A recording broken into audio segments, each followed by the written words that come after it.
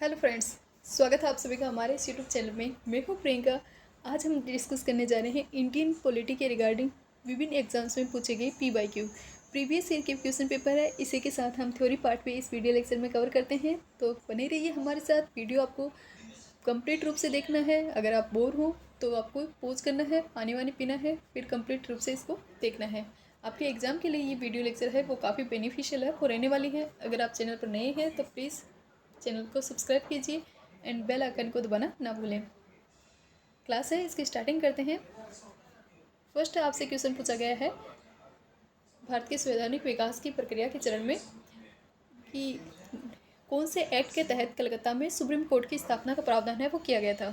तो कलकत्ता में जो सुप्रीम कोर्ट की स्थापना का प्रावधान किया गया था वो एक्ट था आपके 1773 का रेगुलेटिंग एक्ट।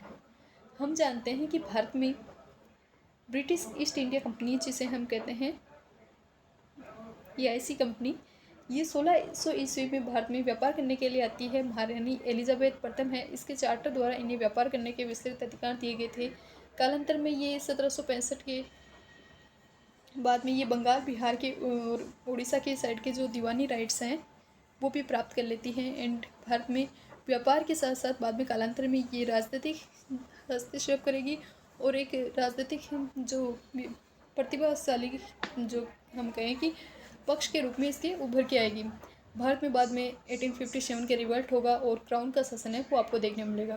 तो विभिन्न प्रकार के एक्ट है वो लाए गए थे ब्रिटिश ईस्ट इंडिया कंपनी द्वारा। उनमें से एक था आपके 1773 का रेगुलेटिंग एक्ट। कंपनी के हम बात करें संविधान के विकास की प्रक्रिया है, इसका प्रारंभिक चरण भी आप इस एक्ट को बता सकते हो, 1773 के रेगुलेटिंग एक्ट को, जिसके तहत सुप्रीम कोर्ट में कलकत्ता की स्थापना की गई थी। साथ ही इस सुप्रीम कोर्ट में इस एक्ट के तहत सुप्रीम कोर्ट की स्थापना की गई थी। वो एक्ट स्थापना हुई थी 1774 में, जिसमें आप देखोगे कि एक जो सुप्रीम कोर्ट का मुख्य न्यायाधीश था और 3 अदर आपको न्यायाधीश है वो देखने को मिलते हैं। इसके रिगार्डिंग भी विभिन्न एग्जाम्स में क्वेश्चन है वो पूछा गया है। तो इसकी व्याख्या देखें। 1773 के रेगुलेटिंग एक्ट के तहत सुप्रीम कोर्ट की स्थापना हुई थी कलकत्ता में 1774 में। एक्ट था 3 का स्थापना हो रही 74 में। इसके जो मुख्य न्यायाधीश थे वो थे एलिजा एम्पे और 3 अदर्स न्यायाधीश में हम बात करते हैं तो वो आपको देखने को मिलेगा। एक है चेम्बर्स, दूसरे आपको देखने को मिलेंगे लिमेस्टर और तीसरे आपको देखने को मिलेंगे हाइट। तो 3 इसके क्या थे, अदर न्यायाधीश थे, चेम्बर, लिमेस्टर, हाइट एंड जो मुख्य न्यायाधीश थे वो थे एलिजा इम्पे। कब हुई थी स्थापना? 1774 में। इस रेगुलेटिंग एक्ट की रिगार्डिंग हम देख ही रहे हैं, तो इसके अदर फैक्ट देखें इस एक्ट के रिगार्डिंग तो वो आपको देखने मिलेगी कि इसके द्वारा एक जो सबसे इम्पोर्टेंट है वो बनाया गया था, बंगाल के गवर्नर को गवर्नर जनरल बना दिया था। पहले होता था बंगाल का गवर्नर, इस गवर्नर का पदनाम चेंज करके किया गया था गवर्नर जनरल। गवर्नर जनरल है वो भारत का, सॉरी, बंगाल का बनाया गया था। बाद में कालांतर में भारत का गवर्नर जनरल बनेगा एंड फिर वायसराय के पद का सृजन है वो किया जाएगा। तो फर्स्ट जो गवर्नर जनरल बने थे वो बंगाल के बने थे वॉरेन हेस्टिंग्स है।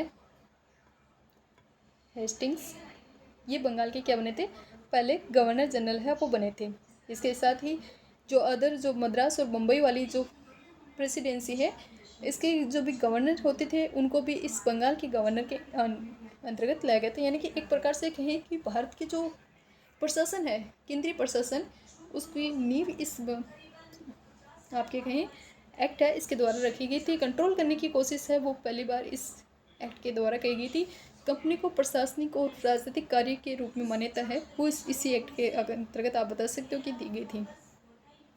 नेक्स्ट क्वेश्चन पूछा गया है सुप्रीम कोर्ट के रिगार्डिंग ही सर्वोच्च न्यायालय की स्थापना जो की गई थी 1774 में, कौन से एक्ट के तहत की गई थी, इसके रिगार्डिंग सत्य कथन है वो आपसे पूछा गया है। कलकत्ता में की गई थी। फर्स्ट कथन है कलकत्ता में सर्वोच्च न्यायालय की स्थापना 1773 के रेगुलेटिंग एक्ट के तहत की गई थी। तो ये करेक्ट है, कथन है, सत्य कथन है। कब की गई थी? 1776 में। एक्ट कौन सा था? 73 का रेगुलेटिंग एक्ट। लिमेस्टर इसके प्रथम न्यायाधीश थे। तो हमने देखा कि लिमेस्टर इसके प्रथम मुख्य न्यायाधीश न होकर इसके जो 3 अदर न्यायाधीश थे उनमें शामिल थे। इसके मुख्य न्यायाधीश कौन से थे? आपके एलिजा इम्पे है वो इसकी प्रथम मुख्य न्यायाधीश थे और 3 अदर न्यायाधीश में से एक थे लिमेस्टर, चेम्बर्स और हाइड। तो इस अकॉर्डिंग आंसर होगा ऑप्शन ए है, वो करेक्ट आंसर है, ए ऑप्शन। व्याख्या हमने प्रीवियस देख ली। नेक्स्ट जो क्वेश्चन आपसे पूछा गया है वो विभिन्न जो रेगुलेटिंग एक्ट दिए गए हैं और उनके रिगार्डिंग कुछ जो इम्पोर्टेंट बात है वो यहाँ पर बताई गई है। फर्स्ट जो दिए गए हैं नियामक एक्ट, रेगुलेटिंग एक्ट 1773 के रिगार्डिंग। तो इसके रिगार्डिंग इससे क्या हुआ था, तो इससे अगर आपने प्रीवियस क्वेश्चन पेपर देखा है तो उससे आप मर्ज करोगे तो ऑप्शन होगा सर्वोच्च न्यायालय की स्थापना। 1773 के एक्ट से क्या की गई थी, सर्वोच्च न्यायालय की स्थापना। इसी अकॉर्डिंग अगर हम आंसर की में देखें तो वो हम देखते हैं कि इसके अकॉर्डिंग ये आंसर सॉल्व हो रहा है या नहीं हो रहा, तो एक आपके ऑप्शन इसी अकॉर्डिंग मिल जाएगा। देखो बी ऑप्शन में ए है, वो एक में दिया हुआ है, बी में ए है वो ए में दिया हुआ है। तो अगर आपको एक ही ऑप्शन में दिया हुआ है, अगर आपको एक ही चीज़ पता है तो भी आप इस क्वेश्चन है उसको सोल्व कर सकते हैं। तो इसका आंसर होगा बी। और देखो एक ही पंक्ति से आप इसका आंसर है वो आसानी से सॉल्व करवा रहे हैं। दूसरे जो हैं वो भी हम देख लेते हैं। नियंत्रण परिषद की स्थापना की गई थी, जो हम बात कर रहे हैं नियंत्रण परिषद कंट्रोल काउंसिल, उसकी स्थापना किस एक्ट के तहत की थी, तो जो पिट्स इंडिया एक्ट है, पिट्स का जो भारतीय एक्ट है 1774 का, उसके तहत क्या की जाएगी, कंट्रोल परिषद है, कंट्रोल नियंत्रण परिषद है, इसकी स्थापना की जाएगी। साथ ही इसके द्वारा जो 1784 का जो एक्ट होगा उसके द्वारा क्या किया जाएगा, जो भी सुप्रीम कोर्ट वगैरह हैं उसके जो भी क्षेत्राधिकार है उनमें भी कुछ आपको चेंज है वो देखने को मिलेगा। 1784 है पिट्स इंडिया एक्ट, इसके अकॉर्डिंग। नेक्स्ट है इंग्लिश जो मिशनरी है इनको भारत में कार्य करने की अनुमति है वो कौन से एक्ट के तहत दी गई थी, तो 1833 के चार्टर एक्ट है, उसके द्वारा जो भी आते थे इंग्लिश मिशनरी उनको भारत में उनके धार्मिक प्रचार प्रसार की अनुमति है वो इसी एक्ट के द्वारा 1813 के एक्ट के तहत है वो दी गई थी। साथ ही आप देखोगे कि 1813 का एक्ट है उसके द्वारा जो कंपनी थी ईस्ट इंडिया कंपनी, जिसे 1600 ईस्वी में जो भारत में व्यापार करने के लिए आती है, इसके व्यापार के एकाधिकार है उसको समाप्त है वो इसी एक्ट के तहत है वो किए गए थे। तो व्यापारिक एकाधिकार है वो भी कंपनी के कौन से एक्ट के तहत समाप्त किए गए हैं, 1883 के एक्ट के तहत। तो ये क्वेश्चन भी काफ़ी बार पूछा जाता है कि कंपनी के व्यापारिक एकाधिकार है वो कौन से एक्ट के तहत समाप्त किए गए थे, तो व्यापारिक एकाधिकार है वो समाप्त किए गए थे। हालांकि इस पर कुछ आपको देखने मिलेगा, अपवाद के रूप में इन्होंने रखा चाय के व्यापार को और चीन के साथ व्यापार को। तो चाय और चीन के व्यापार को छोड़ दें, इनके अलावा जो भी कंपनी के व्यापारिक एकाधिकार है उनको इस 1813 के चार्टर एक्ट के द्वारा समाप्त कर दिए गए थे। इस कानून ने भारत में क्या किया था कि ब्रिटेन की जो भी प्रभुसत्ता थी, तो उस ब्रिटेन की जो कंपनी है, ब्रिटेन की जो राजा है उसकी प्रभुसत्ता को स्थापित करने का इसके द्वारा प्रयास किया जाता है। ईस्ट इंडिया कंपनी उसको कंट्रोल करने का प्रयास है वो किया जा सकता है। ईसाई मिशनरी है इनको भारत में जो धार्मिक प्रचार प्रसार है इनकी अनुमति दी गई थी। शिक्षा के लिए भी इससे के द्वारा प्रयास किए जाएंगे। जब आपसे शिक्षा के रिगार्डिंग पूछे जाते हैं तो आप वहाँ पर बता सकते हैं कि शिक्षा के रिगार्डिंग भी इसके द्वारा प्रयास किए गए थे। लगभग हम बात कहें कि 1 लाख रुपए है वो शिक्षा का प्रावधान रखा गया था, लेकिन कालांतर में मतभेद होता है कि आंग्ल शिक्षा दी जाए या फिर संस्कृत शिक्षा। इस वजह से ये जो रुपये का प्रावधान रखा गया था 1 लाख रुपये, ये भी खर्च नहीं हुए थे। अगर आप कहें तो ये अमाउंट भी उस टाइम पर काफ़ी कम थी, हालांकि जो निर्धारित की गई थी वो भी खर्च नहीं की गई थी उस टाइम पर। एंड इसी के द्वारा भारत में स्थानीय जो भी सरकार हैं उनके व्यक्तियों पर जो टैक्स वगैरह है इसको लगाने के लिए भी अधिकृत कर दिया था। जो आपकी लोकल गवर्नमेंट थी उसको टैक्स लगाने की पावर है वो भी प्रदान है वो की गई थी। तो इस प्रकार के प्रावधान है वो 1813 के चार्टर एक्ट में आप देख सकते हैं। कौन से हमने देखा है कि एक तो देखा इंग्लिश जो भी ईसाई मिशनरीज थे उनको भारत में आकर धार्मिक प्रचार प्रसार की अनुमति, शिक्षा के प्रचार प्रसार के लिए 1 लाख रुपए, साथ ही जो स्थानीय सरकार है उनको टैक्स लगाने की पावर है वो दी गई।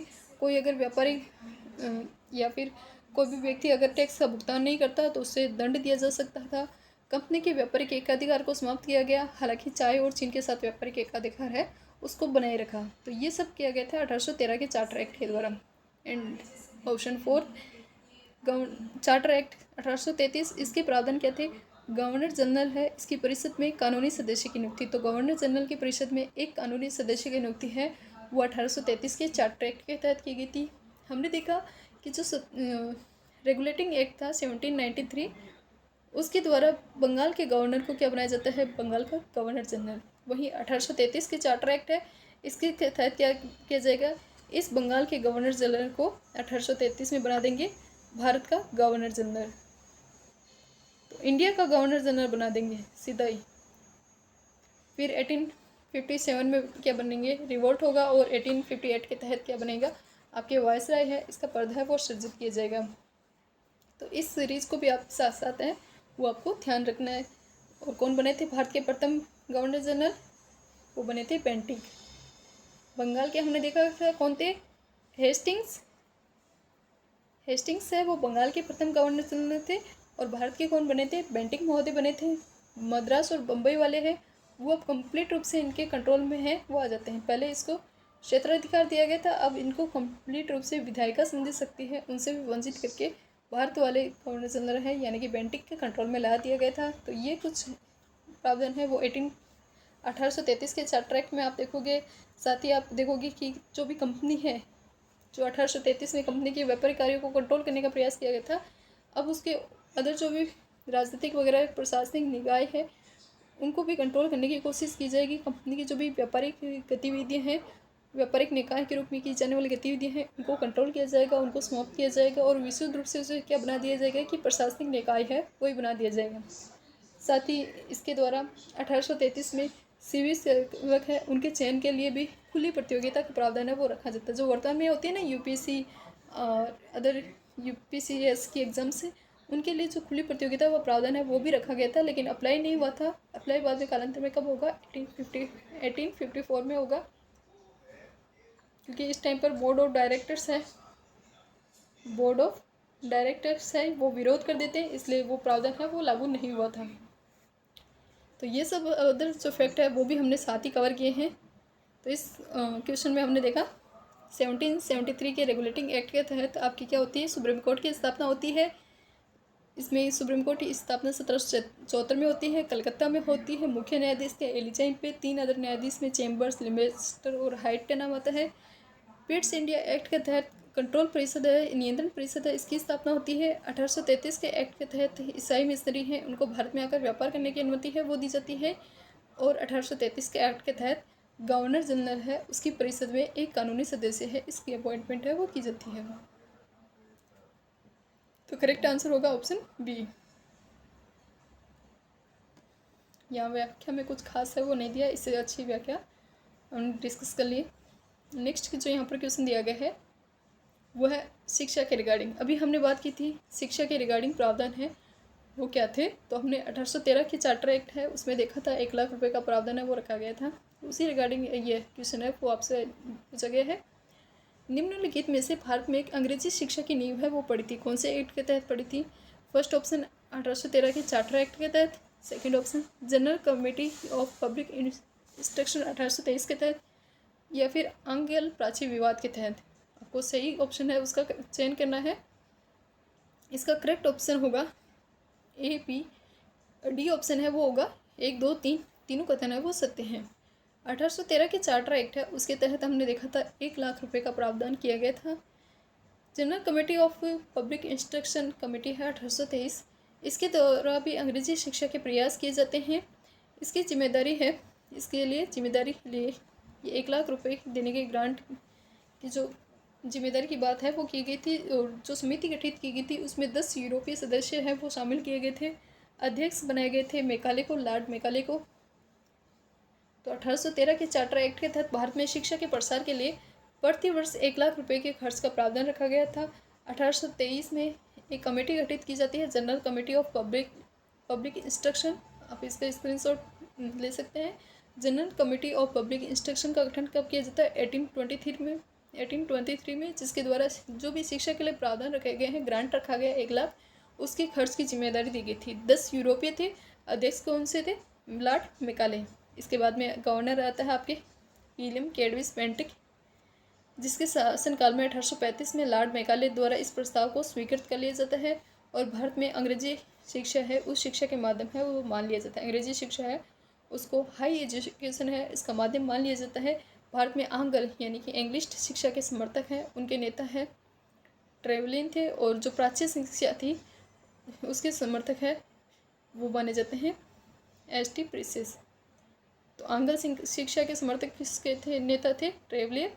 और जो प्राच्य शिक्षा है उसके जो समर्थक थे प्राच्य एजुकेशन, उसके ओरिएंटलिस्ट एजुकेशन के थे आपके एस.टी. प्रिंसेप। तो ये भी आपसे क्वेश्चन है वो पूछा जा सकता है।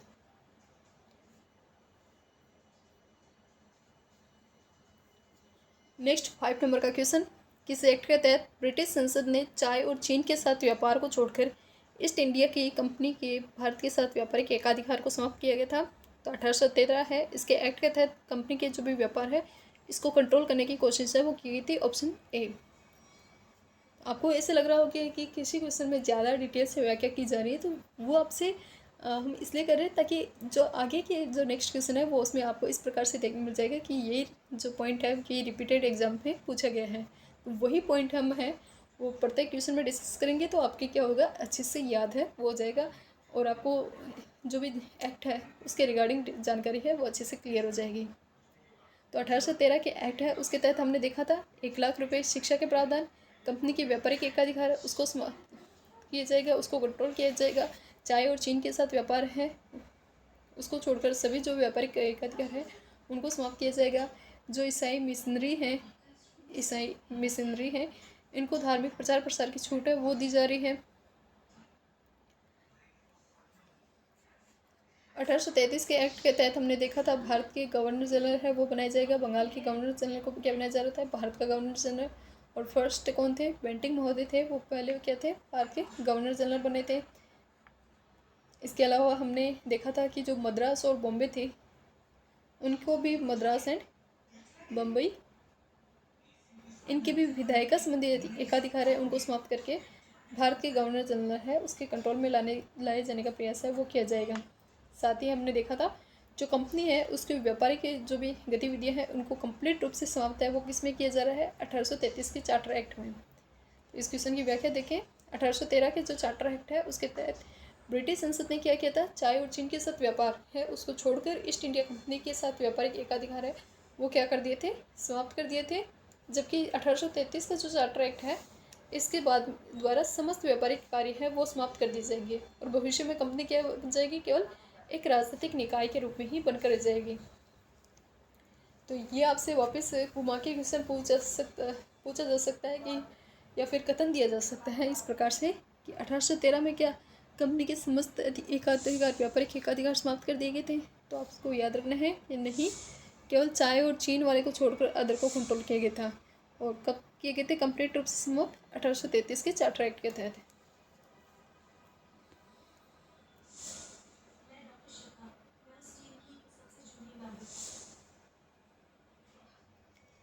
नेक्स्ट जो यहाँ पर क्वेश्चन पूछा गया है 6th क्वेश्चन, चार्टर एक्ट 1813 के संबंध में आपको विभिन्न कथन दिए गए और उनके रिगार्डिंग आपसे क्वेश्चन पूछा गया है, कौन सा कथन सत्य है, सत्य कथन ही पूछा गया है। तो किसी भी क्वेश्चन को सॉल्व करते वक्त आपको ये याद रखना है कि सत्य पूछा है या असत्य, ये इसको अच्छे से रीड कर लेना है। तो कौन सा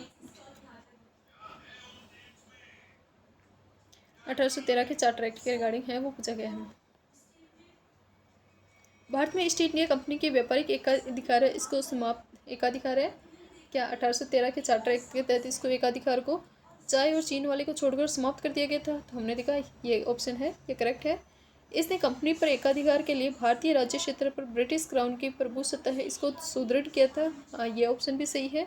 भारतीय का राजस्व अब ब्रिटिश संसद के कंट्रोल में आ गया था। तो ये जो ऑप्शन है 3 नंबर का ऑप्शन ये गलत है। अभी भारत का जो राजस्व है वो कंप्लीट रूप से ब्रिटिश संसद है उसके कंट्रोल में नहीं आएगा, कालांतर में आएगा। तो इसकी व्याख्या देखें इस क्वेश्चन की। 1813 के चार्टर एक्ट के द्वारा ईस्ट इंडिया कंपनी के चाय और चीन के व्यापार को छोड़कर अदर जो एकाधिकार थे उनको समाप्त किया गया था। कंपनी द्वारा अधिकृत भारतीय राज्य क्षेत्र पर अब क्या हो गई थी, ब्रिटिश क्राउन की प्रभुसत्ता है वो सुदृढ़ की गई थी। हालांकि ये कंपनी को आगे 20 वर्षों के लिए इन क्षेत्रों पर एकाधिकार है और राजस्व सौंपा गया था, तभी ये ब्रिटिश क्राउन की संप्रभुता है इसके प्रतिकूल नहीं होना था कि आगे आप 20 वर्ष है उसके लिए एकाधिकार आपका अधिकार रहेगा, लेकिन अगर ब्रिटिश क्राउन की प्रभुसत्ता है इसकी अगर प्रतिकूल होती है तो हम समाप्त पहले भी कर सकते हैं, इसके प्रतिकूल नहीं रहेगी तो आप कंटिन्यू 20 वर्ष तक आगे और बढ़ा सकते हैं और इस प्रकार से 20-20 वर्ष करके इसको आगे है वो बढ़ाया गया था। ऑप्शन जो 3 था वो इनकरेक्ट क्यों था? क्योंकि भारत का राजस्व है वो 1858 में 1857 की रिवॉल्ट के बाद में 1858 में ब्रिटिश संसद के सीधे नियंत्रण में आएगा। कब आएगा? 1858 के एक्ट के तहत, जब ब्रिटिश कैबिनेट मंत्री के अधीन सेक्रेटरी ऑफ स्टेट का पद क्रिएट किया जाएगा और विशेषकर रूप से राजस्व प्रशासन में उसकी सहायता के लिए एक काउंसिल ऑफ इंडिया है, इसका भी गठन किया जाएगा। तो जब आप 1858 का एक्ट देखोगे, 1858 का एक्ट देखोगे, तो उसमें आपको देखने मिलेगा कि एक पद सृजित किया जा रहा है, वो कौन सा है? आपके secretary of state. Secretary of state है, इसका पद सृजित किया जा रहा है और इसकी सहायता के लिए काउंसिल ऑफ इंडिया है, इसका गठन है वो किया जा रहा है।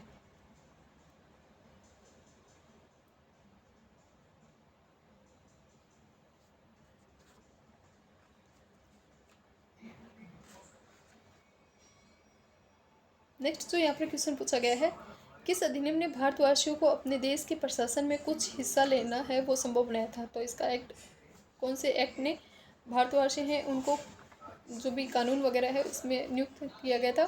तो वो था आपके चार्टर एक्ट 1833, जिसके तहत प्रथम कानूनी व्यक्ति है इसकी नियुक्ति की गई थी। 1833 के चार्टर एक्ट के तहत सबसे महत्वपूर्ण धारा इसकी देखनी होती है संख्या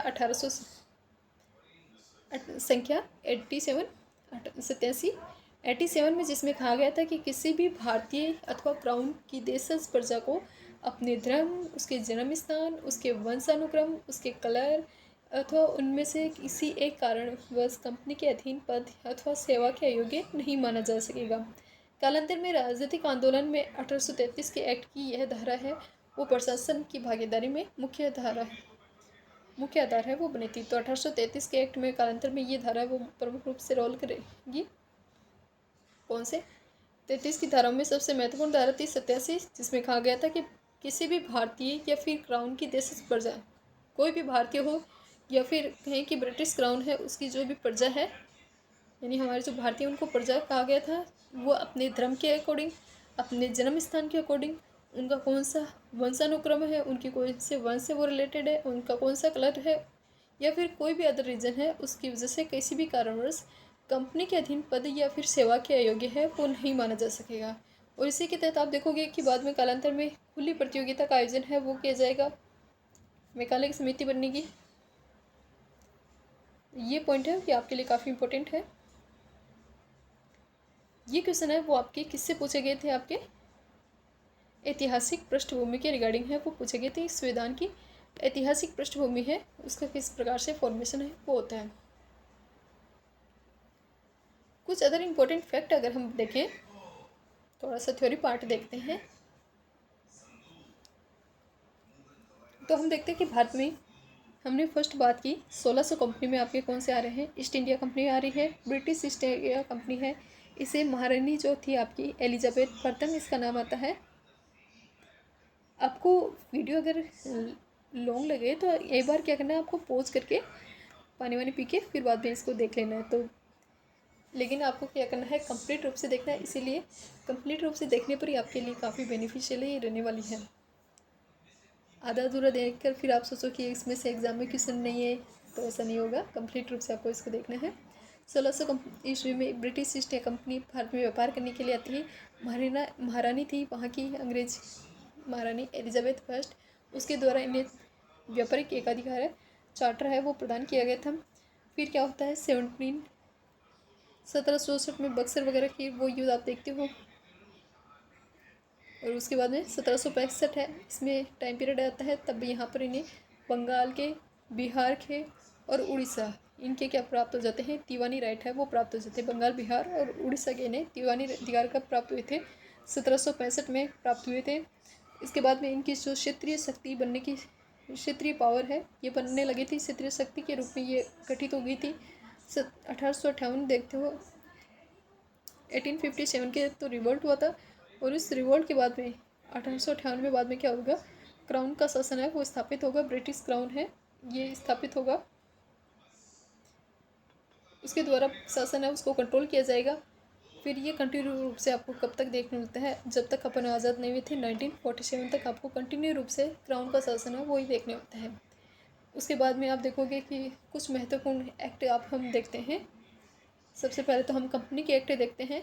कंपनी का शासन देखने मिलता है आपको 1773 से लेकर जब तक आपके ब्रिटिश क्राउन स्थापित नहीं होता 1858 तक आपको क्या देखने मिलता है, कंपनी का शासन देखने को मिलता है। उसके बाद में आपको सम्राट का शासन देखने मिलता है, ब्रिटिश क्राउन का शासन देखने मिलता है। कब से? 1858 से लेकर कंटिन्यू रूप से जब तक हम आज़ाद नहीं हुए थे 1947 तक, तब तक कंटिन्यू रूप से आपको क्या देखने मिलता है, भारत का शासन है वो देखने मिलता है। फिर आप कंपनी के शासन में हमारा जो फर्स्ट एक्ट आता है 1773 का एक्ट, 1773 के रेगुलेटिंग एक्ट है। इसकी क्या इंपॉर्टेंट बात है वो आपको देखने मिलती है। इसके तहत संविधान विकास की प्रक्रिया का ये आपको देख सकते हैं प्रारंभिक चरण था। ये भी आपसे एक एग्जाम में क्वेश्चन है वो पूछा गया कि संवैधानिक विकास की प्रक्रिया का प्रारंभिक चरण कौन सा था, तो ये था आपके 1773 का रेगुलेटिंग एक्ट। भारत में जो ईस्ट इंडिया कंपनी है इसके कार्य हैं उनको नियमित और इसको कंट्रोल करने की दिशा में ये ब्रिटिश सरकार द्वारा उठाया गया प्रथम कदम था। इसके अलावा आप कह सकते हैं कि भारत में जो बंगाल का गवर्नर था,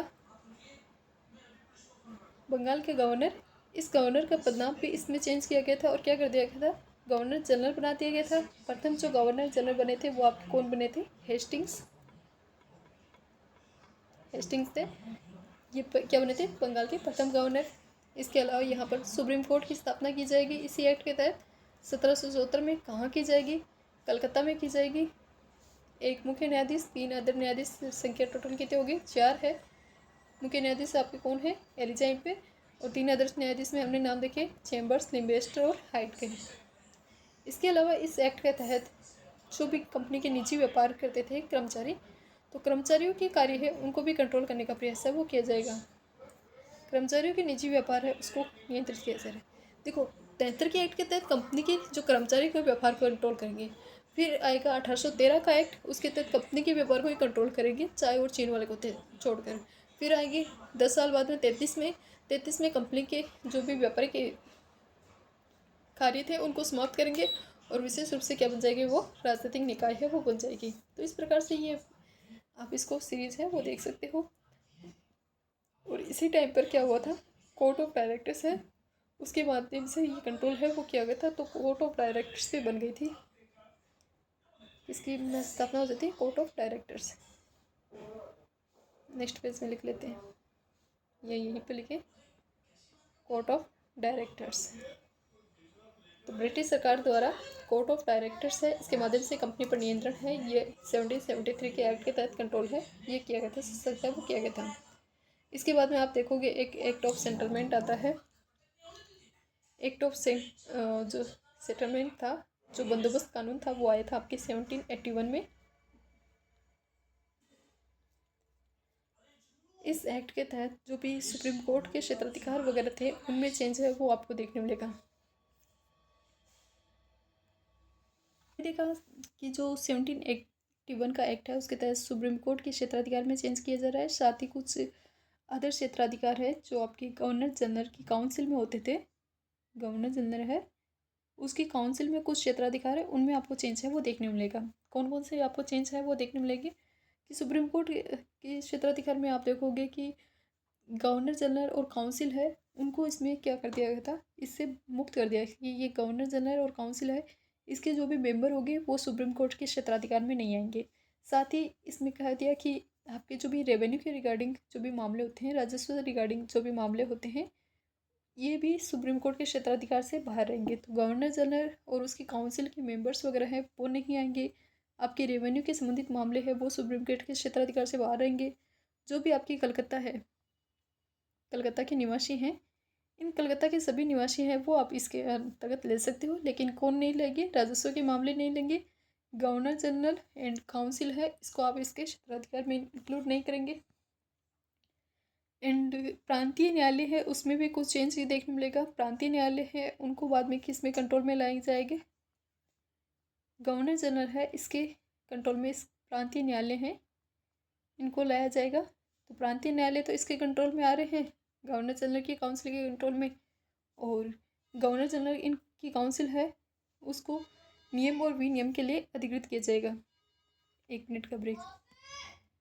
हाँ 1781 के एक्ट के अंतर्गत इसमें हमने देखा कि सुप्रीम कोर्ट के क्षेत्राधिकार में चेंज किया जाएगा। गवर्नर जनरल एंड काउंसिल को उसके क्षेत्राधिकार से बाहर रख रहे हैं। राजस्व के मामले से क्षेत्राधिकार से बाहर रख रहे हैं। तो रख क्या रहे हो हमारे कंट्रोल में, सुप्रीम कोर्ट वाले बोलते हैं। तो सुप्रीम कोर्ट वालों को बोला जाता है कि कलकत्ता के जितने भी निवासी हैं, जितने भी भारतीय, उनको आप रख लो। एंड बाद में प्रांतीय न्यायालय को क्या करोगे? तो प्रांतीय न्यायालय हैं, इनको हम गवर्नर जनरल की काउंसिल है इसके नियंत्रण में ले आएंगे। साथ ही जो गवर्नर जनरल की काउंसिल है इसको हम कह देंगे कि ये इनके लिए क्या बनाए, प्रांतीय न्यायालय हैं, इनके लिए रूल और रेगुलेशन बनाए। तो ये सब कार्य है वो किस में किया जाएगा? 1781 के एक्ट के तहत। फिर आप देखोगे एक एक्ट आपको देखने मिलेगा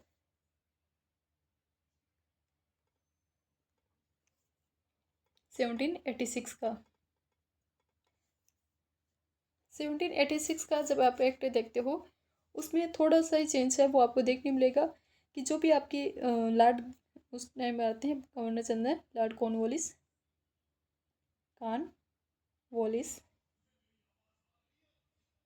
जिन्हें बंगाल का गवर्नर नियुक्त किया जाता है, इसकी जो भी दो मांग इनके द्वारा विशेष रूप से दो शर्त कहें, दो कंडीशन कहें, ये रखी गई थी, इनको मान लिया गया था। एक तो यहाँ पर कि कमांडर इन चीफ का पद, जो सेनापति का पद होता है कमांडर इन चीफ, ये इन्हें दिया गया था। सेनापति का पद है ये दिया गया था कमांडर इन चीफ, तभी हम इंडिया में गवर्नर जनरल बनेंगे।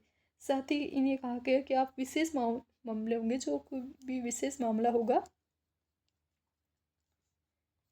तो विशेष मामलों में आप क्या कर सकते हो, अपनी काउंसिल के निर्णय है इसको नहीं मानने का अधिकार रख सकते हो कि आप अपने अकॉर्डिंग निर्णय है वो ले सकते हो। काउंसिल के निर्णय है वो आप नहीं माने तो भी चलेगा। तो काउंसिल के निर्णय नहीं मानने का अधिकार है वो भी इन्हें दिया गया था कि इनकी मनमानी थोड़ी बहुत चल सकती है कुछ मामलों में, कुछ विशेष मामलों में ये अपनी काउंसिल है उसके निर्णयों को भी अधिभावी करने या फिर न मानने के अधिकार रखते हैं। साथ ही इन्हें कमांडर इन चीफ का पद दिया गया था, सेनापति दिया गया था। ये किया गया था 1786 में, जो बंगाल के गवर्नर जनरल है लॉर्ड कॉर्नवालिस इनको दिए गए थे। बाद में कालांतर में ये प्रावधान है इनको आगे भी इंक्लूड है, पढ़ाया जाएगा। फिर आप देखोगे 1793 का चार्टर एक्ट आएगा, जिसमें जो भी लॉर्ड कॉर्नवालिस को जो भी शक्तियाँ दी गई थी उनका विस्तार आपको देखने मिलेगा। साथ ही बोर्ड ऑफ कंट्रोल के सदस्य और कर्मचारी हैं, उनके जो भी राजस्व है उनको भारतीय राजस्व से आप देखोगे भुगतान है, पेमेंट है, वो भारतीय राजस्व से किया जाएगा। तो ये चेंज आपको इसमें देखने मिलेगा। तो ये कुछ मेजर चेंज है वो 1793 के एक्ट में देखने मिलेंगे। फिर आपको 1813 का चार्टर एक्ट देखने मिलेगा, जिसकी अभी हाल ही में हमने बात की। शिक्षा के रिगार्डिंग प्रावधान, ईसाई मिशनरियों की रिगार्डिंग प्रावधान, साथ ही भारत का क्या बनाया गया, व्यापारिक एकाधिकार है वो समाप्त किए गए थे। स्थानीय जो भी सरकार वगैरह थी उन्हें टैक्स के प्रावधान है वो दिए गए थे। तो ये सब चेंज है वो 1813 में किया गया। 1833 आएगा, उसमें क्या किया जाएगा, भारत का गवर्नर जनरल बनाया जाएगा। बेंटिक बने थे। मद्रास और बम्बई वाली विधायिका के अधिकार है वो किस में कंट्रोल में आ जाएंगे, भारत वाले गवर्नर जनरल के अंतर्गत आ जाएंगे। कंपनी के व्यापारिक एकाधिकार है उनको समाप्त कर दिया जाएगा। सिविल सेवकों के लिए खुली प्रतियोगिता का प्रावधान रखेंगे, लेकिन वो प्रभावी नहीं हो सका गया था क्योंकि बोर्ड ऑफ डायरेक्टर्स ने विरोध किया था। बीच में हमारा 1784 वाला रह गया, पिट्स इंडिया एक्ट। तो उसमें क्या गया था, कंपनी के जो भी राजनीतिक और वाणिज्यिक कार्य है उनको अलग अलग करेंगे, जिसे हम कहें कि एक्ट ऑफ सेटलमेंट के रूप में भी कह सकते हैं। तो उसके रूप में, और साथ ही कंपनी की जो भी आपके हैं कि व्यापारिक कार्य है, व्यापारिक जो भी मामले होते हैं उनको भी देख सकते हैं, उनकी भी अनुमति दी जाएगी। राजनीतिक जो भी कार्य है उसके लिए बोर्ड ऑफ कंट्रोल, इसके रिगार्डिंग हमसे क्वेश्चन पूछा गया था, नियंत्रण बोर्ड का, नियंत्रण परिषद का। तो बोर्ड ऑफ कंट्रोल का गठन किसके तहत किया गया था, आपके 1784 वाले के तहत है वो किया गया था। तो ये क्वेश्चन आपसे पूछा गया था। इसके अलावा बाद में आप महत्वपूर्ण एक्ट की हम बात करेंगे तो वो आपके रहेगा ब्रिटिश क्राउन के एक्ट आ सकते हैं 1858 का, जिसमें भारत के जो भी एकाधिकार है वो अब सीधे डायरेक्ट किसके कंट्रोल में आ रहे हैं, ब्रिटिश कंट्रोल, जो विक्टोरिया है महारानी, ब्रिटिश सरकार उसके कंट्रोल में आ रहे हैं। इस टाइम पर क्या किया जाएगा, 1858 के एक्ट के तहत एक पद क्रिएट किया जाएगा। कौन सा पद, वायसराय का, भारत के वायसराय का पद है ये क्रिएट किया जाएगा। साथ ही भारत में एक द्वैत प्रणाली है जो पहले से संचालित थी उसको समाप्त किया जाएगा। कौन सी द्वैत प्रणाली, द्वैत प्रणाली, इसको समाप्त किया जाएगा। जो कंट्रोल के बोर्ड, नियंत्रण बोर्ड और जो आपके निर्देशक कोर्ट के रूप में चल रही थी, नियंत्रण board and court of directors, निदेशक कोर्ट, इसके द्वारा संचालित थी द्वैत प्रणाली, इसको समाप्त किया जाएगा 1858 के एक्ट के तहत। भारतीय सचिव का पद क्रिएट किया जाएगा, जिसकी सहायता के लिए एक 15 सदस्यीय परिषद का गठन किया जाएगा। ये सब कार्य हैं वो 1858 के एक्ट के तहत किए जाएंगे। कौन कौन से? वायसराय का पद क्रिएट किया जा रहा है, और वायसराय है कौन बने थे? कैनिंग बने थे। फर्स्ट वायसराय कैनिंग महोदय हैं, लॉर्ड कैनिंग बने थे। बंगाल के गवर्नर जनरल पहले बने थे आपके हेस्टिंग्स, भारत के ही बने थे बेटिंग, और भारत का वायसराय बनेगा कौन? कैनिंग। सचिव, भारत सचिव का पद क्रिएट किया जाएगा, उसकी सहायता के लिए 15 सदस्य एक सलाहकार परिषद की जाएगी। नियंत्रण बोर्ड और निर्देशक कोर्ट है उसको समाप्त करके जो द्वैत प्रणाली चल रही थी इस टाइम पर, इसको समाप्त किया जाएगा। और इसके अलावा यही कुछ मेजर कार्य है वो 1858 के एक्ट में आपको देखने मिलेंगे।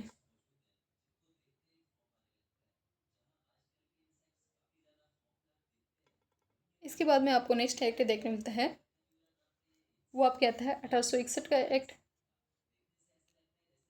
1861 का भारत परिषद एक्ट आपको देखने मिलेगा। भारतीय प्रतिनिधि है उनको कानून बनाने के लिए शामिल इस टाइम पर किया जाने लगेगा। कानून की बनाने की प्रक्रिया है उसमें भारतीय प्रतिनिधि हैं उनको मनोनीत किया जाने लगेगा। 3 भारतीय आप देखोगे, जो कैनिंग है उसके द्वारा 3 भारतीयों को नियुक्त किया गया था। आपके बनारस के राजा आप बात करते हो, पटियाला के महाराजा की, या फिर हम कहें कि सर दिनकर राव, इनको बाद में क्या किया गया था? विधान परिषद है उसमें मनोनीत किया गया था। तो 1868 का कानून है वो आपके लिए इसलिए इम्पोर्टेंट हो जाता है क्योंकि भारतीयों को कानून बनाने के लिए इसमें क्या किया जा रहा है? अपॉइंट है वो किया जा रहा है। इसके बाद में आप नेक्स्ट देखोगे 1892 का भारत परिषद अधिनियम, जिसके तहत बाद में सदस्य की संख्या है वो बढ़ाई गई थी। जो भी आपकी केंद्रीय एंड प्रांतीय जो भी विधानसभा थी इसमें सदस्यों की संख्या है वो इंक्रीज की जाएगी। विधान परिषद की जो भी सदस्य संख्या थी इनमें बढ़ाई जाएगी। बहुमत के अकॉर्डिंग सरकारी सदस्य हैं उनके द्वारा बाद में क्या किया जाता है? निर्णय लिया जाता था। बजट पर बहस करने, प्रश्नों के उत्तर देने, इस प्रकार के वर्क है वो आपको देखने मिलेंगे, जिनमें कार्य में वृद्धि है वो आप देखोगे। 1909 का एक्ट आता है, काफ़ी इम्पोर्टेंट है। 1919 का एक्ट आएगा, ये भी काफ़ी इम्पोर्टेंट है। इसके अलावा 1935 का एक्ट आएगा, ये भी काफ़ी इंपॉर्टेंट है। ये 3 एक्ट है वो सर्वाधिक इम्पोर्टेंट एक्ट में से आते हैं। 1909 के में क्या किया जाएगा? जो मुस्लिम है उनको पृथक नियोजन दिया जाएगा। कालांतर में इसको और अधिक बढ़ाया जाएगा, और सिख, भारतीय और आंग्ल भारतीय इनको पृथक नियोजन दिया जाएगा। देन इसको और आगे बढ़ाते हुए बाद में सांप्रदायिक निर्वाचन की प्रणाली है वो 1935 के एक्ट में आपको देखने मिलेगी। तो इसके रिगार्डिंग हम देख लेते हैं फर्स्ट कानून 1909 का एक्ट।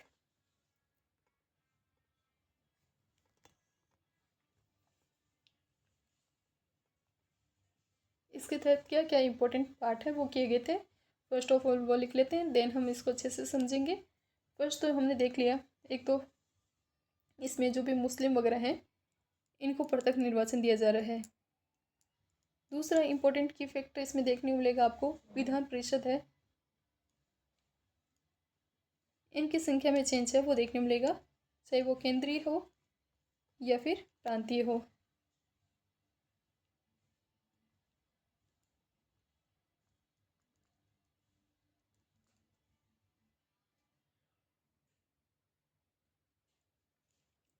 तो 2 मेजर आप है ना इसमें पॉइंट ये है वो याद रख सकते हैं कि मुस्लिमों को पृथक निर्वाचन दिया गया था।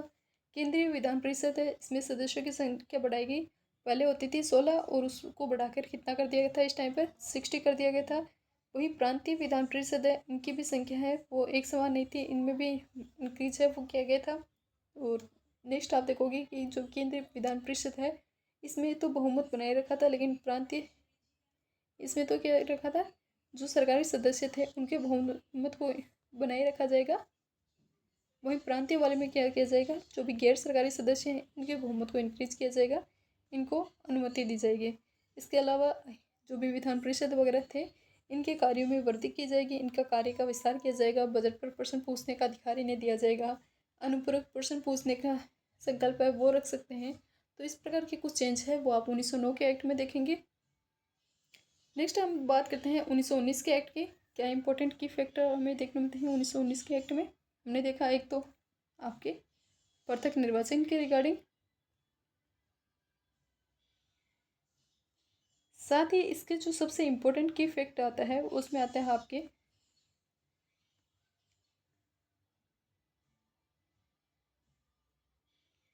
विषय सूची का बंटवारा। केंद्रीय विधान जो विषय सूची है और जो प्रांतीय विषय सूची है इसकी पहचान इस टाइम पर की जाएगी। फिर प्रांतीय सूची को तो आप देखोगे कि पुनः दो भागों में डिवाइड किया जाएगा, स्थानांतरित और आरक्षित। इसको वापस पुनः दो भागों में बांटेंगे। एक तो रहेगा आपके आरक्षित जो गवर्नर जनरल के पास रहती थी, दूसरी होगी आपके स्थानांतरित या फिर हम कहें हस्तांतरित, जिसमें 22 विषय थे और आरक्षित वाले में 29 विषय आपको देखने मिलेंगे। तो इस प्रकार के चेंज है वो इसमें किए जाएंगे। हस्तांतरित में तो क्या कर देंगे, शिक्षा वगैरह के कार्य रख देंगे और कंप्लीट रूप से जनप्रतिनिधित्व को इंक्लूड किया जाएगा। वहीं आरक्षित वाले जो भी गवर्नर जनरल था और उसके जो मनोनीत सदस्य थे उनके पास कंट्रोल में थी। तो इस प्रकार विशेष सूची का बंटवारा है वो इसमें किया जाएगा। साथ ही पृथक निर्वाचन है, ये आपके सिख, भारतीय, ईसाई, आंग्ल भारतीय हैं, इन तक इनको विस्तार है वो देखने मिलेगा। वोटिंग का अधिकार है वो भी दिया जा रहा है, लेकिन वोटिंग का अधिकार है वो कंप्लीट रूप से वयस्क मताधिकार पर न होकर किसके अकॉर्डिंग था, संपत्ति के अकॉर्डिंग था। तो ये एक अदर फैक्ट है वो भी आप लिख सकते हैं। मताधिकार का विस्तार, मताधिकार वोटिंग राइट किस अकॉर्डिंग था कि आपकी कितनी एसेट्स है, कितनी संपत्ति है, इसके अकॉर्डिंग इसमें वोटिंग राइट है वो रखा गया था। नेक्स्ट आपके एक्ट आता है 1935 का एक्ट।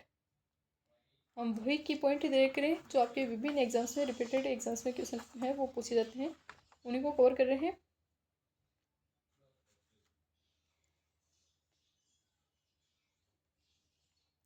इस टाइम पर 3 सूचियों का डिवाइडेशन है वो आपको देखने को मिलेगा जो वर्तमान में भी चलती हैं। 8वीं अनुसूची में आपको देखने मिलती है केंद्रीय सूची, प्रांतीय सूची एंड समवर्ती सूची। तो इस प्रकार से 3 सूचियाँ हैं, इनका विभाजन किया जाएगा, केंद्रीय सूची, प्रांतीय सूची, राज्य सूची और समवर्ती सूची। हालांकि जो भी इसमें था अवशिष्ट जो भी शक्ति रखी गई थी वो शक्ति है वो किसको, केंद्र को नहीं देके जो वर्तमान में केंद्र सरकार के हैं वो इस टाइम पर रखी गई थी वायसराय के पास। इस प्रकार प्रांतों में द्वैध शासन है, ये इसकी प्रणाली को समाप्त करके किसमें स्टार्ट किया था, केंद्र के में इसके द्वारा द्वैध शासन स्टार्ट किया था। तो द्वैध शासन का भी एक फैक्ट है वो आपको ये इसमें याद रखना है। द्वैध शासन कहाँ पर तो शुरू कर रहे हैं, केंद्र में तो शुरू करेंगे और प्रांतों में समाप्त करेंगे। प्रांतों में समाप्त और केंद्र में इस टाइम पर स्टार्ट है वो किया जाएगा। हालांकि कंप्लीट रूप से ये कभी भी प्रावधान है वो लागू नहीं हुए थे, तो ये भी आप याद रख सकते हैं। पृथक निर्वाचन है, इसका विस्तार दलितों तक किया जाएगा, मजदूर वर्ग तक किया जाएगा, दलित है, महिला वर्ग है, यहाँ तक पृथक निर्वाचन है, इसका विस्तार आपको इस टाइम पर है वो देखने मिलेगा। तो कुछ इंपॉर्टेंट फैक्ट में हमें देखने मिलता है 3 सूचियों के रूप में विभाजन, केंद्रीय सूची, प्रांतीय और समवर्ती सूची के रूप में विभाजन है वो आपको इसमें देखने मिलता है। इसके अलावा आपको इसमें देखने मिलेगा दलित, महिला और मजदूर वर्ग तक पृथक निर्वाचन का विस्तार आपको देखने मिलेगा। अवशिष्ट शक्ति इसमें किस में वो दी गई थी, वायसराय को दी गई थी और द्वैध शासन है इसको समाप्त किया गया था। केंद्र में तो लागू किया गया था, प्रांतों में समाप्त किया था, लेकिन कभी भी ये अप्लाई है वो नहीं हो सका था। फिर आपके लास्ट में आ जाएगा आपके 1947 का एक्ट, जिसके तहत हम क्या हो गए थे, आज़ाद हो गए थे 15 अगस्त 1947 को और स्वतंत्र संप्रभु राष्ट्र के रूप में बन गए थे, डिक्लेयर किया था 15 अगस्त 1947 को। ये सब जानकारी है वो आपको किस में याद रखनी है, भारत का जो संवैधानिक विकास का चैप्टर है इसमें आपको ये फैक्ट है वो याद रखने हैं। नेक्स्ट जो आपसे एग्जाम में क्वेश्चन पूछे गए ये इन्हीं एक्ट के रिगार्डिंग है वो पूछे गए जो ब्रिटिश ताज के तहत से स्थापित किया गया था, उसी के रिगार्डिंग क्वेश्चन है वो आपको देखने मिलते हैं।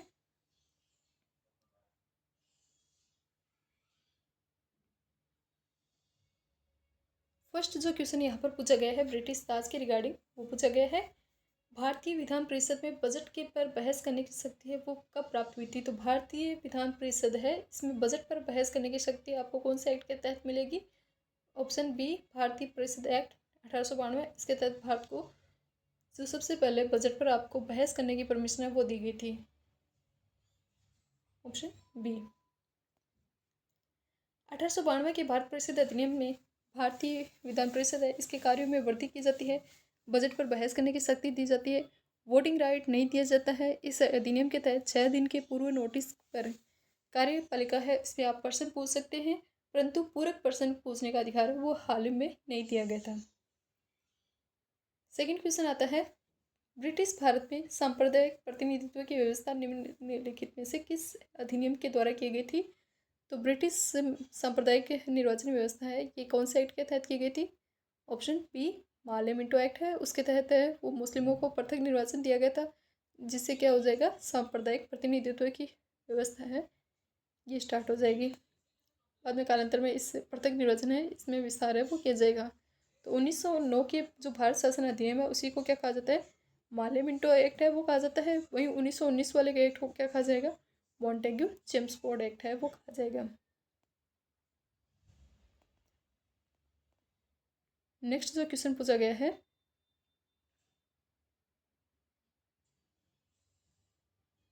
किस एक्ट के द्वारा भारत में संघीय न्यायालय है इसकी स्थापना हुई थी?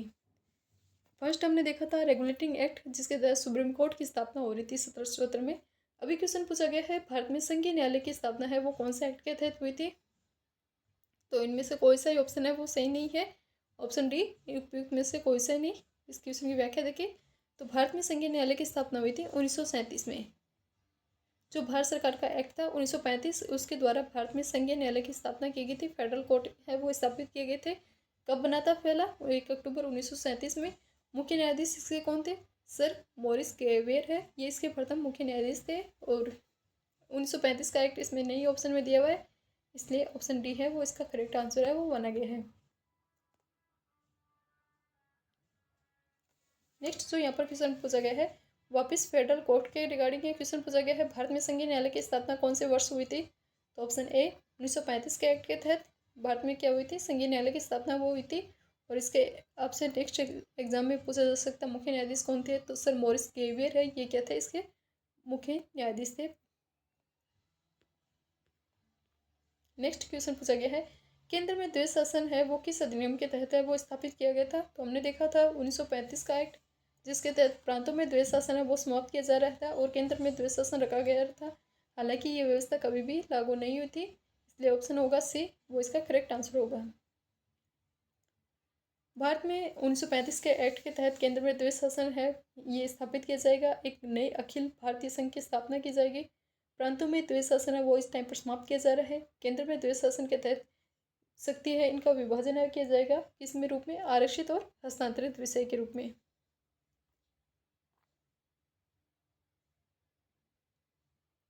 नेक्स्ट क्वेश्चन वापस यही रिपीटेड है, केंद्र में द्वैध शासन प्रणाली की स्थापना कब हुई थी? तो ऑप्शन ए भारत शासन अधिनियम 1935 के तहत। नेक्स्ट क्वेश्चन पूछा गया है 1919 ने भारत शासन अधिनियम ने निम्नलिखित में से कौन सी प्रमुख विशेषता थी? तो 1919 के एक्ट के रिगार्डिंग क्वेश्चन पूछा गया है, या इसके एग्जाम में क्वेश्चन है वो आया था। फर्स्ट ऑप्शन कथन ए है प्रांतों की कार्यप्रणाली सरकार में द्वैध शासन व्यवस्था। ऑप्शन बी मुसलमानों के लिए पृथक सांप्रदायिक निर्वाचन की व्यवस्था। ऑप्शन सी केंद्र द्वारा प्रांतों की विधायी शक्ति है इसका हस्तांतरण है। तो अगर आपको ये पता है कि मुसलमानों के लिए पृथक निर्वाचन कब दिया गया था, 1909 के एक्ट के तहत दिया था, तो उसी अकॉर्डिंग भी आपका आंसर है वो करेक्ट हो सकता है। जहाँ जहाँ ऑप्शन 2 दिया हुआ है कथन 2 ये इनकरेक्ट है, तो आपके ये 2 ऑप्शन तो ऐसे डिलीट हो जाते हैं। अब 1919 के एक्ट के रिगार्डिंग आपको पता होगा, हमने देखा था कि प्रांतों में कार्यकारिणी सरकार में द्वैध शासन, प्रांतों में द्वैध शासन है वो लागू किया जा रहा है, जिसे कालांतर में 1935 के एक्ट के तहत है वो समाप्त किया जा रहा है। तो 1935 के एक्ट में हमने देखा केंद्र में द्वैध शासन लग रहा है, प्रांतों में समाप्त किया जा रहा है, तो ऑप्शन ए कथन ए है वो सत्य है। केंद्र द्वारा प्रांतों में विधायी शक्ति है इसका ट्रांसफर है वो इसमें किया जाएगा, तो कथन 3 भी सत्य है, तो इसका आंसर होगा ऑप्शन सी कथन 1 और 3। व्याख्या देखें तो भारत शासन अधिनियम 1919 जिसके द्वारा ब्रिटिश संसद के द्वारा पारित अधिनियम था। मुख्य उद्देश्य था भारतीय शासन में भारतीयों की भागीदारी है इसको इंक्रीज करना। इस समय भारत सचिव थे एडविन मॉन्टेग्यू और वायसराय कौन थे? Lord Chelmsford. इनके द्वारा पारित किया गया था, इसलिए इसको क्या कहते हैं? Montagu Chelmsford. जो सचिव थे मॉन्टेग्यू और वायसराय कौन थे? चेम्सफोर्ड। इस एक्ट के द्वारा जो राज्य हैं, प्रांत है, उनमें द्वैध शासन है, इसकी स्थापना की गई थी। प्रत्येक राज्य में राज्य के प्रशासनिक विषय हैं, इनको 2 श्रेणियों में डिवाइड किया गया था, हस्तांतरित और आरक्षित। आरक्षित विषय है ये प्रांतीय गवर्नर और उसकी कार्यकारी परिषद के तहत रखे गए थे, जबकि हस्तांतरित विषय है ये उत्तरदायी प्रांतीय विधायिका के प्रति मंत्रियों के द्वारा सौंपे गए थे। आरक्षित तो किसके पास रखे गए हैं? आरक्षित विषय तो किसके द्वारा? जो भी गवर्नर था उसके द्वारा जो भी मनोनीत सदस्य थे उसके द्वारा पास रहते थे, जबकि आरक्षित है वो विधायक प्रांतीय विधायिका के जो प्रति उत्तरदायी मंत्री थे उनके पास रहते थे। इस प्रकार से ये द्वैध शासन है वो अप्लाई किया गया था। केंद्र और प्रांतों के मध्य शक्ति का विभाजन इस टाइम पर किया जाएगा, संघीय और प्रांतीय विषय के रूप में किया जाएगा। साथ ही मुसलमानों की जो पृथक निर्वाचन की व्यवस्था की गई थी 1909 के एक्ट के तहत, तो इसमें ऑप्शन बी इसलिए इनकरेक्ट हुआ था। और इस जो मुसलमानों के पृथक निर्वाचन है इसको बढ़ाकर 1919 के एक्ट में यूरोपीय, भारतीय ईसाई और एंग्लो इंडियन तक विस्तार है वो किया जाएगा। 8 नंबर का क्वेश्चन, निम्नलिखित में से किसने ब्रिटिश भारत में प्रांतीय स्वायत्ता की शुरू है वो की थी? तो प्रांतीय स्वायत्ता है वो स्टार्ट हुई थी, ऑप्शन डी माना गया है। देखिए वैसे तो हम प्रांतों में द्वैध शासन तो कौन सा एक्ट के तहत समाप्त हुआ था? 1935 के एक्ट के तहत। और प्रांतों में द्वैध शासन समाप्त करके केंद्र में द्वैध शासन लगा दिया था। वहीं ब्रिटिश प्रांत में प्रांतीय स्वायत्ता है ये कब प्रारंभ हो रही है? तो ऑप्शन डी माना है, भारत सरकार 1919 के एक्ट के तहत। इस क्वेश्चन की व्याख्या देखिए तो ब्रिटिश भारत में प्रांतीय स्वायत्ता है इसकी प्रारंभिक रूप से 1919 के एक्ट में हो गई थी, जिसे 1935 के एक्ट में विस्तारित रूप है वो दिया गया था। 1919 के एक्ट में स्टार्टिंग हुई थी और विस्तारित रूप कब दिया गया था? 1935 के एक्ट में वो दिया गया था। हालांकि जो ज्ञाता है कि झारखंड लोक सेवा आयोग है उसने अपनी प्रारंभिक कुंजी के आंसर है उसमें ऑप्शन सी माना था, बाद में इसको संशोधित करके डी कर दिया था। इस अकॉर्डिंग हमने भी देखा झारखंड का एग्जाम है उसमें ये क्वेश्चन है वो पूछा गया है। पहले ऑप्शन सी माना था, बाद में इसको वापस इनकरेक्ट किया और ऑप्शन डी कर दिया गया था। तो ये क्वेश्चन है वो आपको याद रखना है। प्रांतीय स्वायत्ता है इसकी स्टार्टिंग फेज तो 1919 में इसकी स्टार्टिंग कर दी थी, शुरू कर दिया था 1919 में, लेकिन कंप्लीट रूप से स्वायत्ता है वो 1935 के एक्ट है उसके तहत दी गई थी।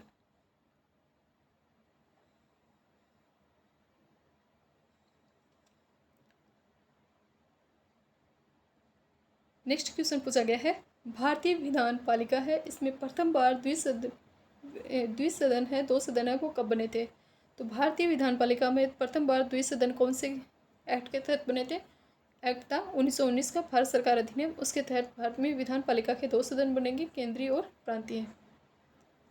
1919 के एक्ट के तहत भारत में केंद्र में द्विसदन ये व्यवस्था है, द्विसदनीय विधान पालिका है, इसकी स्थापना होगी।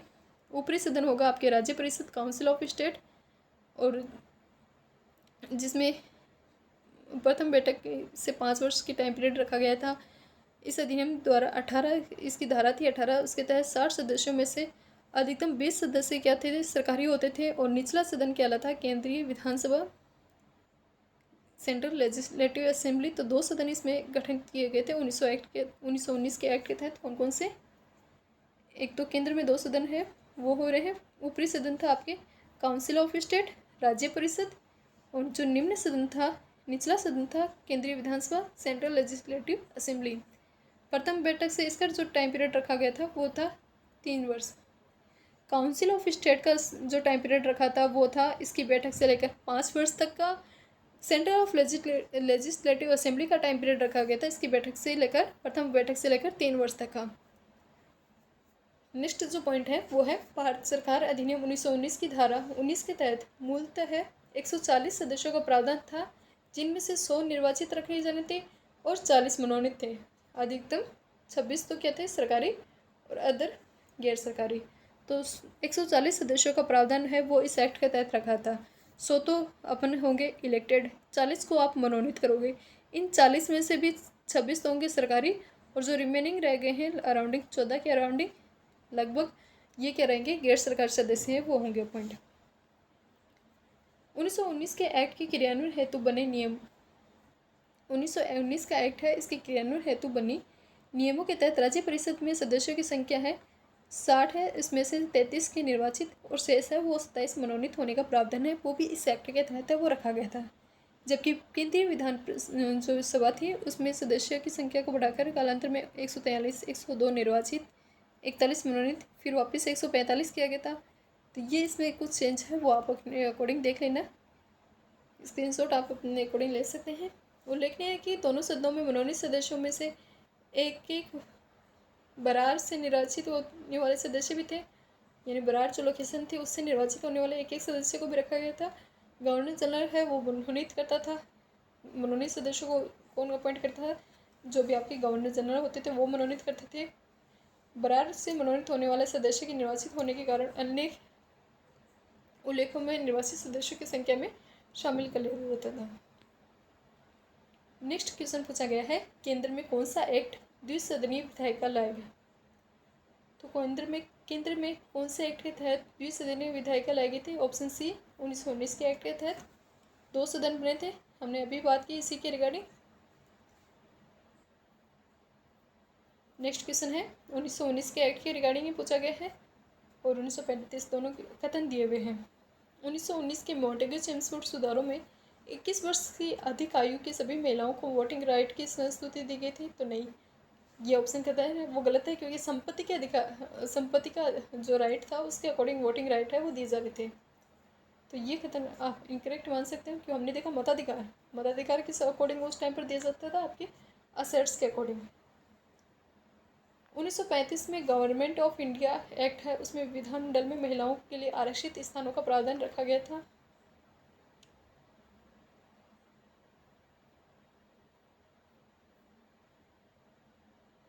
तो इसका कथन भी है वो सत्य है, 2021 के एग्जाम में पूछा गया है।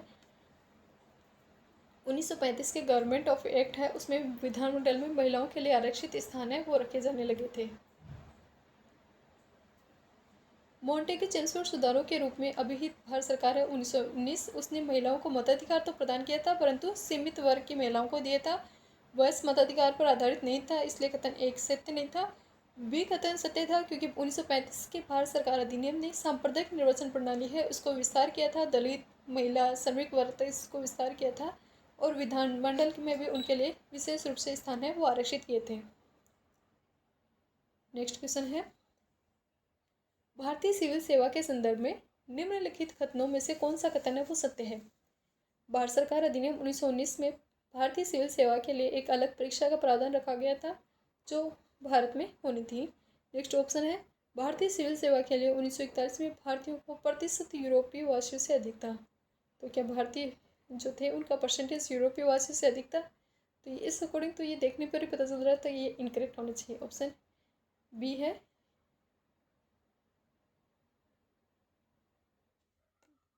देखो ये एग्जाम में क्वेश्चन पूछा गया है 2021 में, सही कथन आपको चूज करने हैं। ऑप्शन इसका कथन माना है, आंसर माना है, ऑप्शन ए और बी दोनों सही सत्य माने हैं।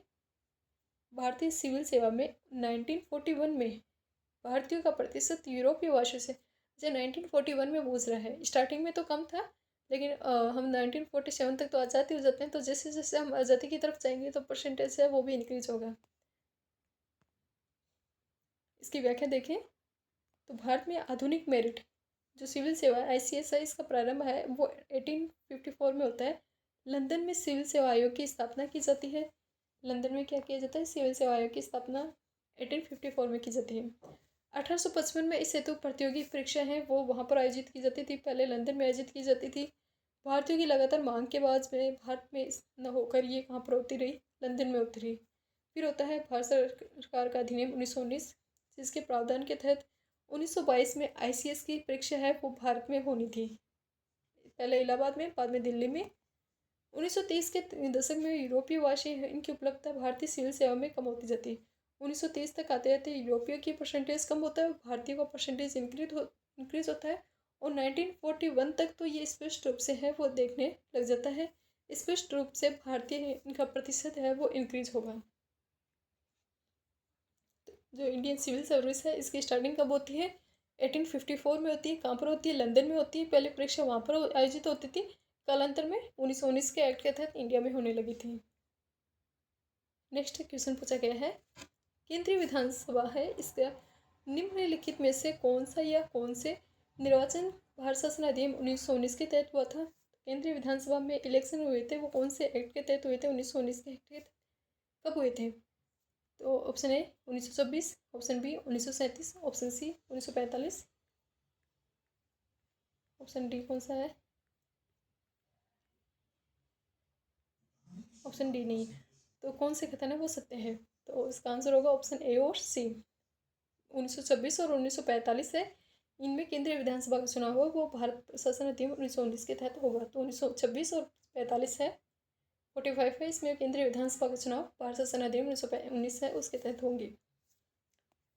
नेक्स्ट क्वेश्चन पूछा गया है, भारत शासन अधिनियम 1919 के तहत भारतीय विधायिका का अंतिम निर्वाचन किस वर्ष आयोजित किया गया था? तो इसका करेक्ट आंसर होगा 1945 में। फर्स्ट हुए थे 1926 में, लास्ट होंगे 1945 में।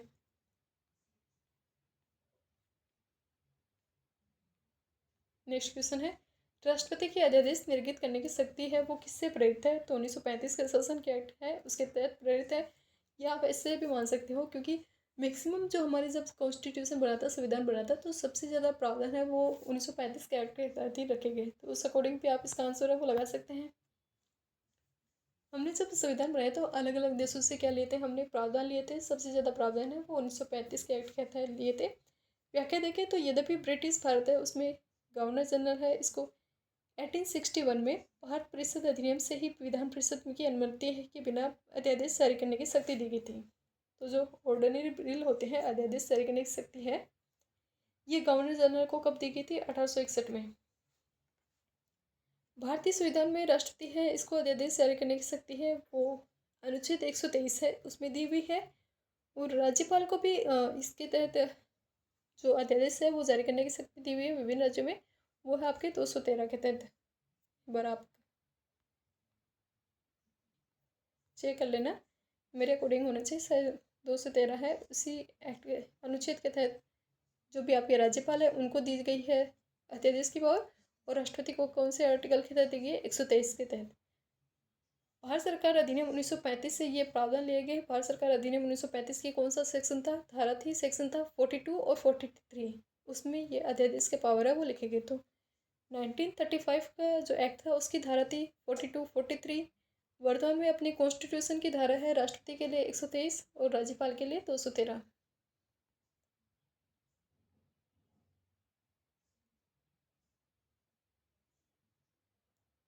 नेक्स्ट क्वेश्चन पूछा गया है, निम्नलिखित में से किस अधिनियम द्वारा संवैधानिक निरंकुशता का सिद्धांत प्रयुक्त किया गया था? तो इसका करेक्ट आंसर होगा ऑप्शन सी, भारत शासन अधिनियम 1935 है, भारत सरकार का अधिनियम 1935, उसके तहत संवैधानिक निरंकुशता का सिद्धांत है ये इंक्लूड किया गया था। इस क्वेश्चन की व्याख्या दी हुई है, संवैधानिक निरंकुशता का सिद्धांत भारत सरकार का अधिनियम 1935 के द्वारा प्रवृत्त किया गया था। यह अधिनियम ब्रिटिश संसद द्वारा पारित किया गया था, और साथ ही भारत के लिए तैयार संवैधानिक प्रस्तावों के में सबसे जटिल दस्तावेज था। इस अधिनियम में भारत संघ की स्थापना की गई थी। कौन से संघ की? भारत संघ की स्थापना है वो की गई थी। फेडरल कोर्ट की स्थापना की गई थी, संघीय न्यायपालिका है, और केंद्र और राज्यों के लिए जो शक्ति विभाजन है वो भी किया गया था। तो ये कुछ इंपॉर्टेंट फैक्ट है वो आपको 1935 के एक्ट में याद रखने हैं। भारतीय संघ की स्थापना, फेडरल कोर्ट की स्थापना और शक्तियों का विभाजन।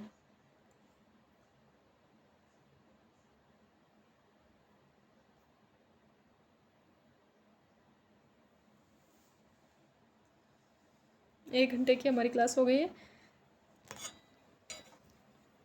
कुछ क्वेश्चन और देख लेते हैं, फिर हम या तो ब्रेक ले लेंगे या फिर इस क्लास को यहीं पे समाप्त करके नेक्स्ट वीडियो सेक्शन है उसमें आगे का पाठ कर लेंगे। तो नेक्स्ट यहाँ पर क्वेश्चन दिया गया है 17 क्वेश्चन, भारत के संविधान में केंद्र और राज्यों के बीच में शक्तियों का विभाजन कौन सी योजना के तहत किया गया था? आंसर होगा ऑप्शन सी, भारत शासन अधिनियम 1935, जिसके तहत केंद्र और राज्यों के मध्य शक्ति विभाजन है वो किया गया था।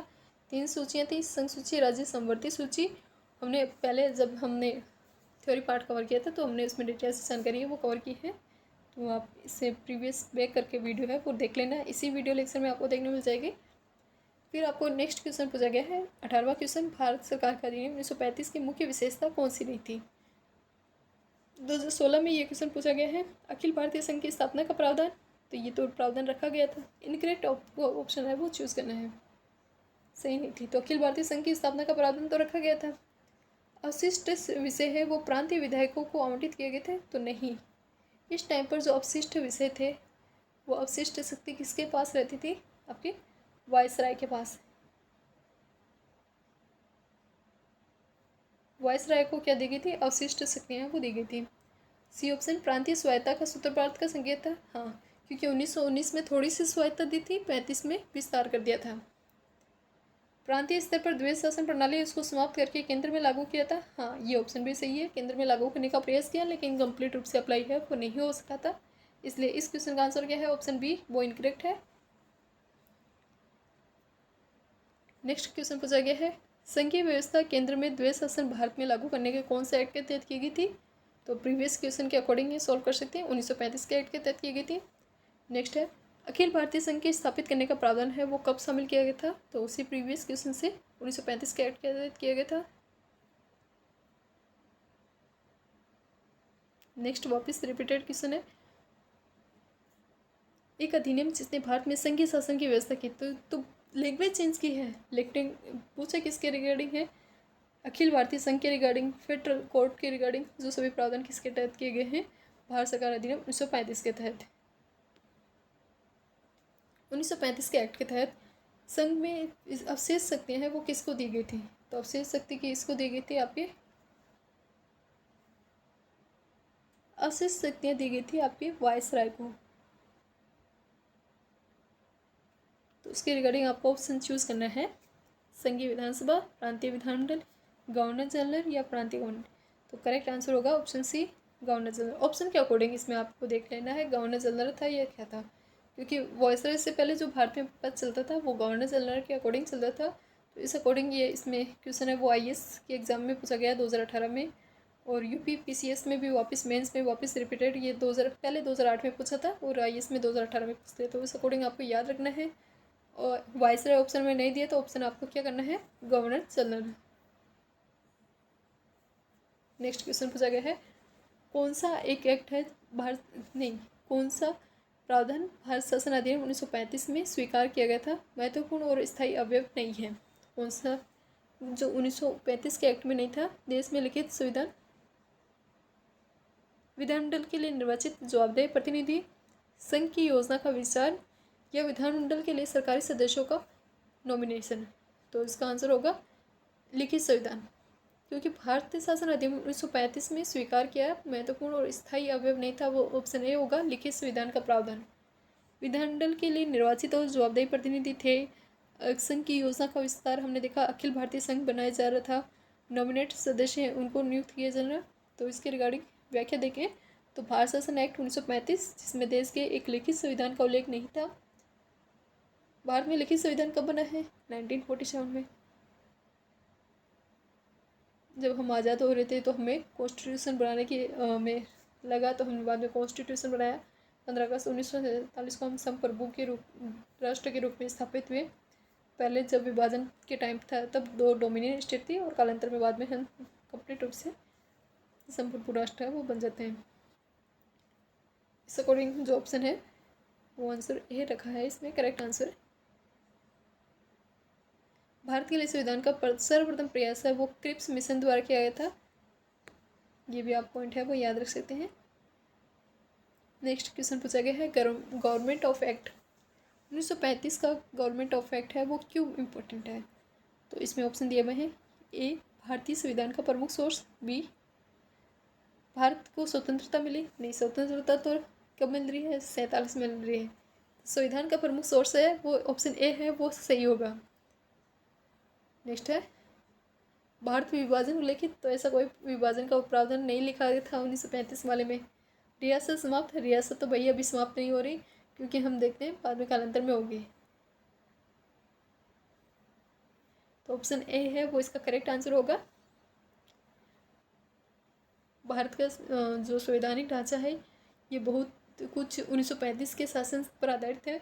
इस अधिनियम के जो मुख्य प्रावधान रखे गए थे, संघ सरकार का, केंद्र में द्वैध शासन, प्रांतों में स्वायत्ता, द्विसदनीय केंद्रीय विधानमंडल, प्रांतीय शासन, प्रांतीय विधानमंडल, केंद्रीय शासन में शक्तियों का विभाजन और फेडरल कोर्ट। ये तो इम्पोर्टेंट जो फैक्ट है ये आप इनका स्क्रीनशॉट ले लेना।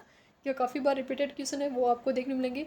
हमने जो अभी किया क्वेश्चन फेडरल कोर्ट वाला, ये आपसे 2-3 एग्जाम्स में पूछा गया है। प्रांतीय स्वायत्ता का एग्जाम पर है, वो भी आपसे पूछा गया है। केंद्र में द्वैध शासन का भी पूछा गया है और संघात्मक सरकार की स्थापना। तो ये सभी किस पॉइंट है, ये आपके रिपीटेड एग्जाम में पूछे गए हैं। नेक्स्ट क्वेश्चन है, निम्नलिखित अधिनियमों से किस अधिनियम के फलस्वरूप वर्मा को भारत से अलग किया था? तो वर्मा है, इसको भारत से कब अलग किया गया था? तो 1935 के एक्ट है, गवर्नमेंट एक्ट है, गवर्नमेंट ऑफ इंडिया एक्ट 1935। इसके प्रावधानों के अनुसार ही 1937 में वर्मा को भारत से अलग किया गया था। तो आज का जो ये वीडियो लेक्चर है, इसमें हमने जो संवैधानिक विकास के इफेक्ट हैं इनको कवर किए हैं। नेक्स्ट वीडियो में हम संविधान सभा और संविधान निर्माण की प्रक्रिया को देखेंगे। तो इसी के साथ ये वीडियो लेक्चर है वो यहीं पे समाप्त होती है। नेक्स्ट वीडियो में फिर मिलेंगे। कंप्लीट रूप से क्लास देखना और वीडियो को लाइक, शेयर एंड चैनल को सब्सक्राइब करना बिल्कुल ना भूलें। अपने फ्रेंड्स वगैरह को भी ये चैनल है ये रिकमेंड करें आप। ओके, और कोई भी आपकी क्यूरीज होती है, कोई भी आपकी सुझाव सजेशन होता है तो आप हमें कमेंट सेक्शन में बता सकते हैं। Thank you.